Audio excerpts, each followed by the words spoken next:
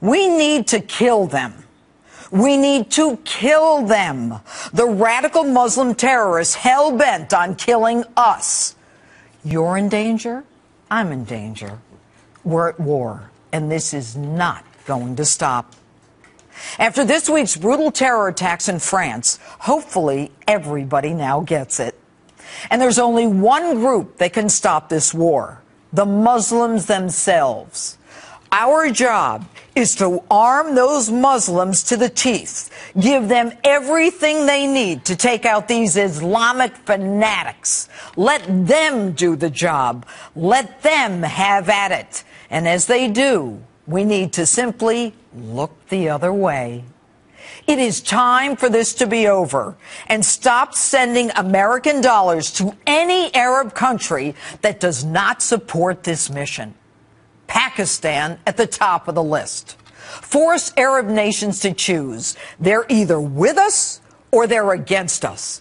And stop with this nuclear negotiation nonsense. They don't operate the way we do. You can't negotiate, you can't mediate, and you can't bargain. You can't even reason with these people.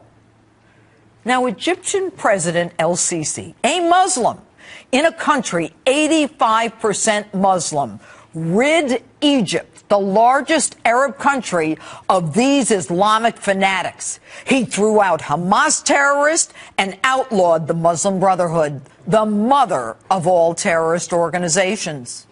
And ironically, days before the attack in France, that same President El-Sisi called for a religious revolution to take out the violent jihadists. He called on the imams and the religious establishment to lead the fight, saying the entire world is waiting for their next move.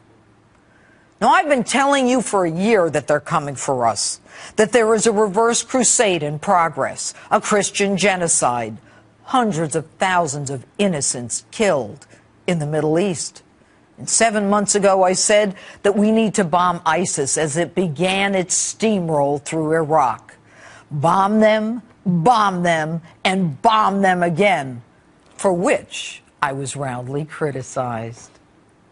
Our country's response to this threat? The FBI destroys tens of thousands of documents deemed offensive to Islam. The CIA removes the word Islamic before terrorist in those Benghazi talking points. The Fort Hood massacre, the Oklahoma beheading, both workplace violence. Are we morons? Of course, none of this should be a surprise, given that our president invited the Muslim Brotherhood to fill the first 2 rows of his apology for being an American speech in Cairo in 2009. And as we cower to these Islamic fanatics, our president and former Secretary of State Clinton say they will prosecute the man who made the video. Free speech be damned. They call murders accompanied by Allah Akbar workplace violence. This surrender is nothing more than a coward's response to the fear of this fanatical terrorism. And this political correctness will be the death of us. They can kill us, but we can't hurt their feelings? I'm surprised the president hasn't signed a new executive order that simply says, don't offend Muslims. And make no mistake, as sure as I'm talking to you, there will be efforts to limit our First Amendment, our free speech, to comply with Sharia blasphemy laws, which call for death to those who slander the Prophet Muhammad.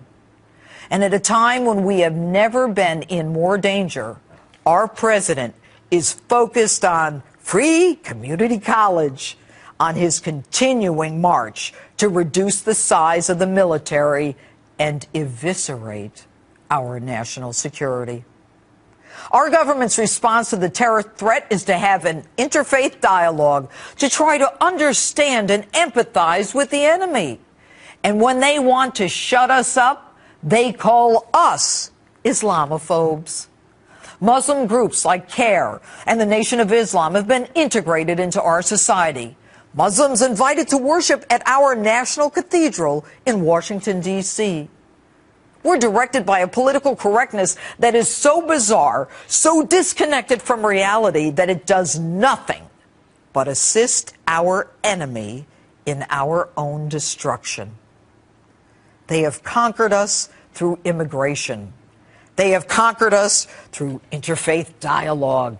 And they have conquered us by co-opting our leaders into a position of embarrassment. Now, the Prime Minister of France, just a few hours ago, stated that France is at war with radical Islam. Why can't our president even say the words radical Islam or Islamic terrorist, let alone protect us Americans? It's not like we haven't that we haven't suffered from these fanatical terrorists. Thousands of Americans have died at their hands. The World Trade Center, the USS Cole, Tanzania, Fort Hood, Benghazi. But when the head of MI5, one of the most secretive positions, shows his face to the world saying that Britain is going to get hit next, it is time to get serious. And as this Islamic cancer metastasizes throughout the world, Boko Haram in Nigeria, Al-Shabaab in Somalia, Ansar al-Sharia in Libya, Al-Qaeda, ISIS, and as it goes through Europe, it is headed our way. Our forefathers gave up everything, their fortunes, their families, their lives, to create a government where free speech and freedom of religion were sacrosanct. This surrender, this refusal to even call it what it is an insult to my father and my grandfather and everyone who served in the armed forces, who fought to protect what is sacred to every American. Yes, it is time for this to be over. And that's my open.